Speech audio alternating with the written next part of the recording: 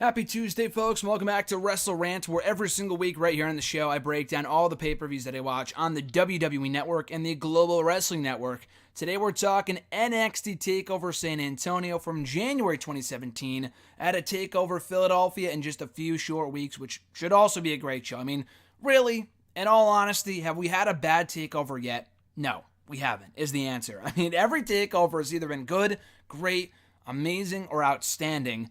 This one, TakeOver San Antonio, no exception. We kick off the show, and I should say this too before I even start the review. The build to the show was basically non-existent. Not many people were hyped up for the show. More people, I would say, were hyped up for the Rumble that Sunday, which we'll talk about next week here on the show. More people were excited for the Rumble than they were TakeOver. And TakeOver was great, and I think the Rumble might have been a bit better. I mean, we'll decide next week after I review, Royal Rumble 2017. Not like it really matters. But NXT around this point wasn't bad, but I don't think it had as much buzz as it did, like before Brooklyn 2. Like Brooklyn 2 was outstanding. The hype was great, the build was great, the event itself was amazing. This event was also great, but the build just wasn't there. Just very, very lifeless. Not many people really looking forward to the show, but it did deliver in the end. Kicking off the show, we had Eric Young taking on Ty Dillinger. So the story here was this. Ty Dillinger was coming off losses to Bobby Roode to take over Toronto, and also on the episode of NXT where he failed to become the number one contender to the NXT Championship. He was like, where is my career headed? Am I ever really going to win the big one? Am I actually a perfect 10? So he was doubting himself. And that was where Eric Young swooped in there, offering Ty Dillinger a spot in Sanity. Dillinger, even after considering it, said, no way, gotta stay true to myself. He denied it. What I liked about this match, the in-ring action was solid. I thought it was a good opening match, but the story they told was also really, really good. With Eric Young kicking off the match, once again extending his hand to Ty Dillinger, asking him, last chance, dude, if you want to join Sanity, it's now or never. You either join the match now, you either join our group now, or you're never going to have this opportunity again. Dillinger denied, and they had the match. So I thought the story they told there, even at the beginning of the match, was really, really good. And the match itself, I thought, was very good. Eric Young in the ring has never been my favorite wrestler from his NXT days or even his TNA days, whatever. Has never been among my favorites, but when in the ring with the right guy, with the right story being told, he can have some very good matches. That's exactly what I thought this was. It was perfect in the opening slot. They worked well together. In the end, Ty Dillinger came this close to beating Eric Young and finally winning at a TakeOver. But ultimately, he came up short after interference from Killian Dane and Alexander Wolf. He attacked both men, thwarted their interference. In the end, it was not enough for Ty Dillinger to win the match. Eric Young putting Dillinger away for the victory. And Dillinger would show up the very next night in the Royal Rumble match, which was amazing and to a great reaction. And again, I'll talk about that tomorrow, or rather next week, here on WrestleRant when I review the 2017 Royal Rumble pay-per-view. Dillinger and Eric Young would resume and continue to feud going into TakeOver Orlando, which we'll talk about in a few more months. So after that, we had Roderick Strong taking on Andrade Cien Almas. You talk about a match with really no build at all. Easily the least build, or at least built match on the entire show. And it was an outstanding match. They had a great match. They could have used a few more minutes. Very hard-hitting, very exciting. I thought these two really brought the best out of each other here in a performance that both guys desperately needed. So the only real build this match had was their interaction in that aforementioned Fatal 4-Way between Bobby Roode, Ty Dillinger, Strong, and Almas to determine the next number one contender to that NXT Championship. I think it was Strong that got rid of Almas, and then Almas blamed him for ruining his NXT Championship aspirations. So anyway, that was what kind of led to this match. So really not much build at all. But like I said, both guys really needed this performance. Almas, in my opinion, wouldn't really come into his own as a character until Zelina Vega came around. And, last summer, and then he won the NXT Championship a few months ago. But even around this time, he was still having really, really good matches. With him and Aleister Black at TakeOver Orlando a few months later. Strong had just debuted on NXT. Kind of got the short end of the stick. He was paired with Austin Aries. Those two seemed to be a breakout tag team in NXT. It might have been only for a few weeks in the Dusty Rhodes Tag Team Classic, but I did get the feeling it was going to last a little longer than that. But Aries got hurt, Wasn't meant to be, unfortunately, and Strong was just kind of floundering for a while. But he had an awesome outing here. Almost did too. They really worked well together. And in the end, Roderick Strong picking up the victory in clean fashion to continue building momentum. So Almost loses yet another match on a takeover, but Strong, it was to his benefit in picking up a victory as he would, like I said earlier, build momentum en route to the NXT Championship picture later on in the year.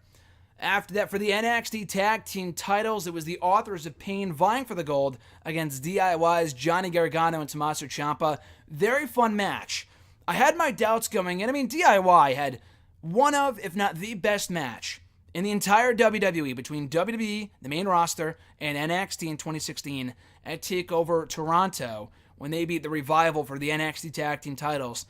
But I still was not 100% sure if they can get that same great match out of the Authors of Pain. Now, the Authors of Pain had some solid matches under their belt. They worked very well with the American Alpha before they moved up to SmackDown Live.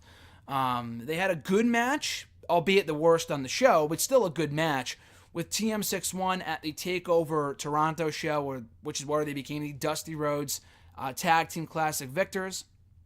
In DIY, if any team was going to get an awesome match out of them, it was going to be them.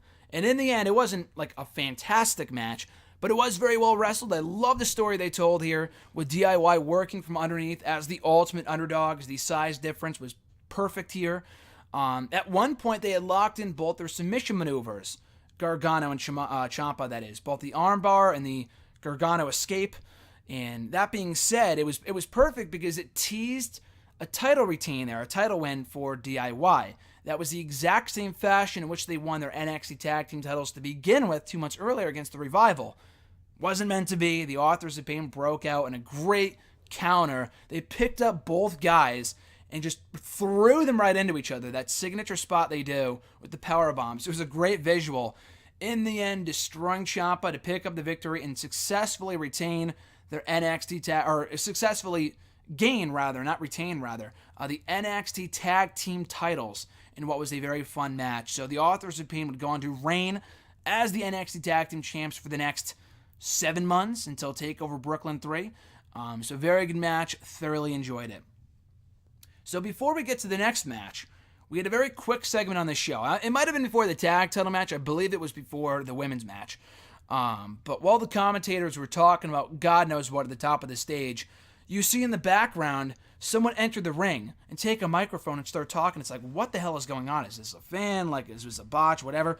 It's Seth frickin' Rollins. So he gets in the ring. Crowd goes nuts. And only days earlier on Raw did Seth Rollins lose his spot in the 2017 Royal Rumble match because of Triple H. Now, Triple H wasn't there, his music hit, but it was obviously orchestrated by the game himself. So Rollins, trying to beat the game at his own game, goes to NXT, says, I know NXT is your baby. I know you're in the back. Get out here and fight me like a man. Fucking awesome angle. I would have never thought of this, or at least thought that WWE would never do this. But they did. So Rollins out here like a bat out of hell, super angry, super fired up, super intense, ready for a fight, spoiling for a fight, as AC/DC would say. Triple H comes out before ushering out security. Then Triple H walks to the back as security takes Rollins away and kicks him out of the arena. Again, fucking love the angle. Didn't overstay its welcome. And a great way to further that feud between Rollins and Triple H going into WrestleMania. This is what I wanted to see from these guys coming off of Triple H's betrayal of Seth Rollins in the summer of 2016. What they did here was an excellent way to further that feud without giving away any physical contact between Rollins and Triple H. I really, really enjoyed that. And a great way to kind of do the crossover between the main roster and NXT in a way that makes sense, too. What a concept. For the NXT Women's Championship, a fatal four-way match between Asuka, Billie Kay, Peyton Royce, and Nikki Cross. Pretty good match, not the best women's match they've ever had on a TakeOver, but I thought all four women worked well together. It was a bit brief, at only 10 minutes in length, though Asuka shined as usual. The iconic duo had a really, really good showing here. They took out Nikki Cross on the commentator's table, which was a cool little spot. They did a double suplex to her, put her out through the table. She was out for the rest of the match. They kind of cornered Asuka in the ring, looking to finish her off and win the championship. In the end, unsuccessful. It was Asuka retaining her title. from that point forward. The only real, other than the fact the match didn't last that long, the only real gripe I had with this was the fact that you would think, logically, why wouldn't Billie Kay just pin Peyton Royce? Or why wouldn't Peyton Royce just pin Billie Kay? Like, if there was no tension tease there between the two, and they weren't going to go at each other, why wouldn't they just pin each other? And that way they could just share the NXT Women's Championship. That was the only thing I thought was a little weird, and one thing I had an issue with. But beyond that, it was a fun little match. Again, not the greatest women's match in the history of TakeOver, but it was well worked and kept the belt on Asuka in her first showing that she could overcome the odds when it mattered most.